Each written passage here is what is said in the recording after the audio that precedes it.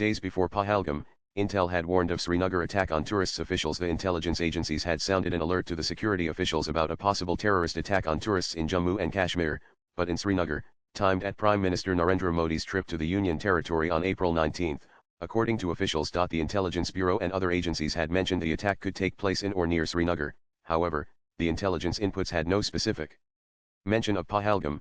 They indicated. In response to the inputs, security was boosted in and around Srinagar, including several hotels popular among tourists, and also at tourist hotspots like Pahalgam National Park, which is situated 22 kilometers from the capital city. However, the Prime Minister's visit was called off due to bad weather in the region.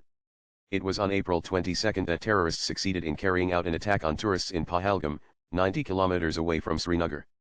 26 people, all men, were killed in the attack on religious lines. 9 out of 10 times they don't come to anything, but this one proved correct about tourists.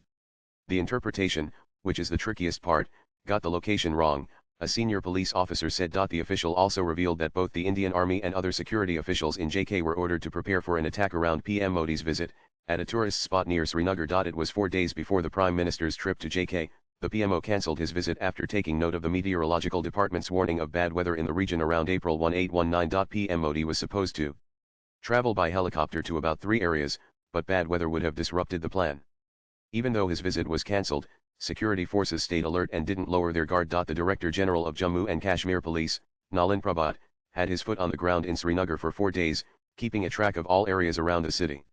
When the terrorists carried out the attack on April 22, he had just landed in Jammu and had to head back right away. All officials confirmed that there were no specific intelligence inputs of any possible terror attack in Pahalgam. Nanan officials believe that after the cancellation of the Prime Minister's visit to the UT, the terrorists stayed hidden and waited for the next opportunity to strike.